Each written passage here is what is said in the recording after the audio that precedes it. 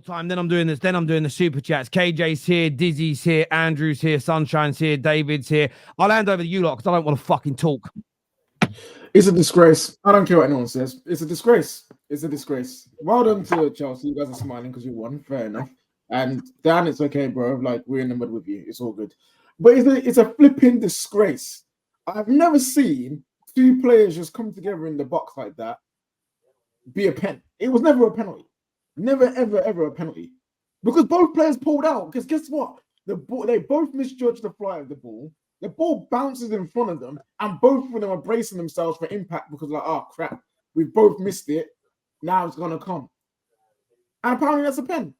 All right, cool. Next time I see one of my players get a little touch in the box, it's a penalty, innit? Because it's an absolute disgrace. VAR pointed it out for what reason? What was the reason? Because I've seen so many pens that are closer to being pens than that just get ignored. Not even checked. Not even called over to the monitor. When's the last time you seen a ref been called over to the monitor? But apparently today is the day they want to bring that back. And what makes it even worse, apparently, the ref overturned his own on-field decision because they even told him it's not a pen. So why are these refs doing? What are they here for? Mate, if I'm a footballer, I'm fuming because they've worked their entire lives from a young child to an adult to play this sport week in, week out, to play it in front of people. And if you want to lose, you want to lose to a better team on the day. That's why you want to lose. You don't want to lose because the referees can't do the flipping jobs. I want the players to complain. I want the managers to come out and complain. Say, fine me then. Because it's a disgrace. And these refs can't keep getting away with it. How on earth is it that a whole organization gets to just make up things as they go and not get punished? It's an absolute joke. It's an absolute joke. And the FA, if they're serious, they would intervene with these referees and say, you need to fix up because you're ruining the game. I know, I'm taking a step further. If the government is serious about this country's morale, because it's in the flipping gutter. No, the government want to regulate it. I am all for whoever the next person running for prime minister is one of their policies has to be regulating football. I'm voting for that party. For the first time in my life, if it's the Greens, I'm voting for unless it's not a right-wing party. If it's the Greens, I'm voting for. I don't care. This goddamn. It could be Greenpeace. Maybe not the Tories. Now I'm thinking about it logically. Please don't fucking be the Tories that advocates for this because my dad will beat me.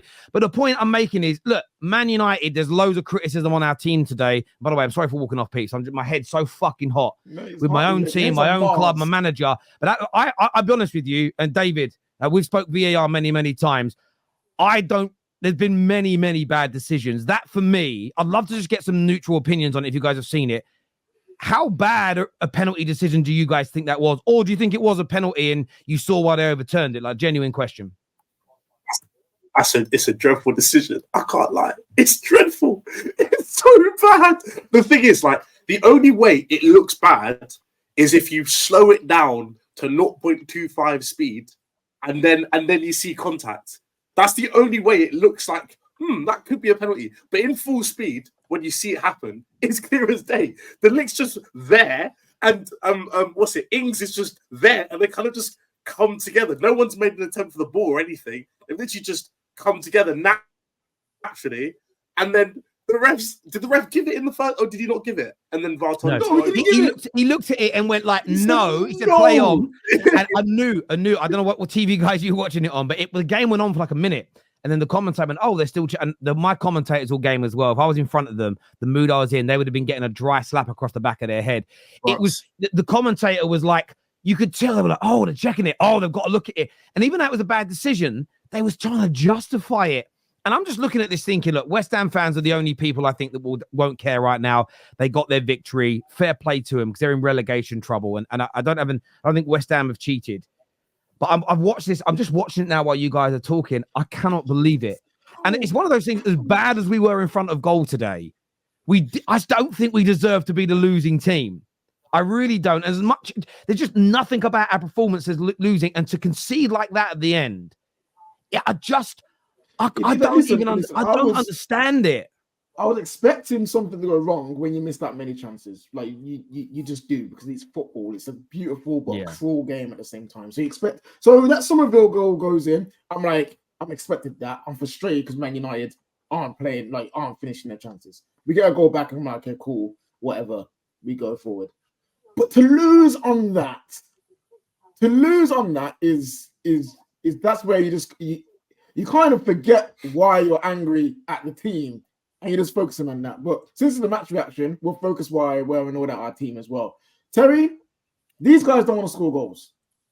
I'm convinced that these guys did not want to score goals, because how Garnacho, Bruno, and a little bit of Højlund and Dalot all missed those chances in the first half, I have no idea.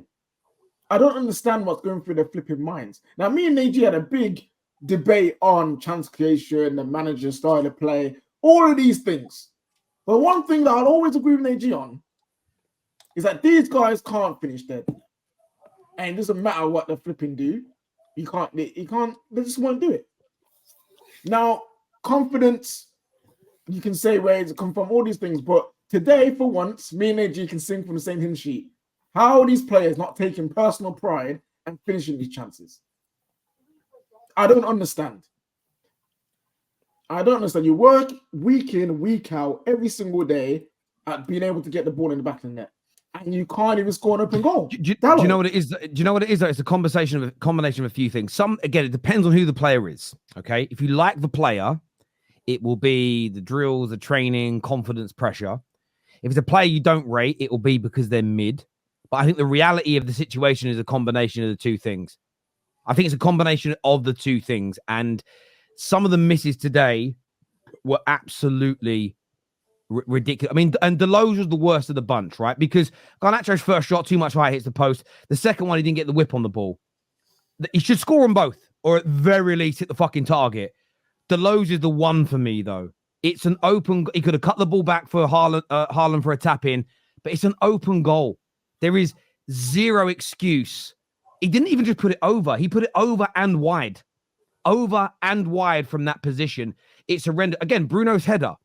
I think he should be scoring, but an open goal it is crazy. And I agree with you. I knew once that the Deloge miss happened, I tweeted we're losing. I knew what would happen because it would buoy West Ham on. It would give them hope. It's like, you've missed all these chances. It's just shocking. And look, there's loads of things wrong with our team, loads of things wrong with our club. There's a comment here that says you never lost to the refs, though. United couldn't finish. Look, Terry, I'll be honest with you, bro. You're a long-time viewer in Super Chat. I appreciate that point. I do think fan channels have grown, though, since we just have to look at one problem within a game. I think you can criticize Man United's finishing and it isn't just that one referee decision. 2 West Ham players are on bookings. Both of them committed late challenge fouls twice after their bookings. No second yellow. One of them stood in front of a quick free kick by Man United. I thought that was a bookable offence this season, sir. So, excuse me, Mr. Webb. I thought that was a bookable offence this season. Everyone's getting booked for it. The fact that it was all those decisions. There's even like 2 or 3 corners that they got today where our players didn't touch it. It was the consistency of bad decisions. And I don't care how bad Man United are. I'm still going to call out those poor decisions. I think that football fans have the brain capacity and ability to compartmentalize those conversations and have them. We could be awful in front of goal and criticize that, at the same time criticize referees. I don't think it has to be one or the other, in my personal opinion.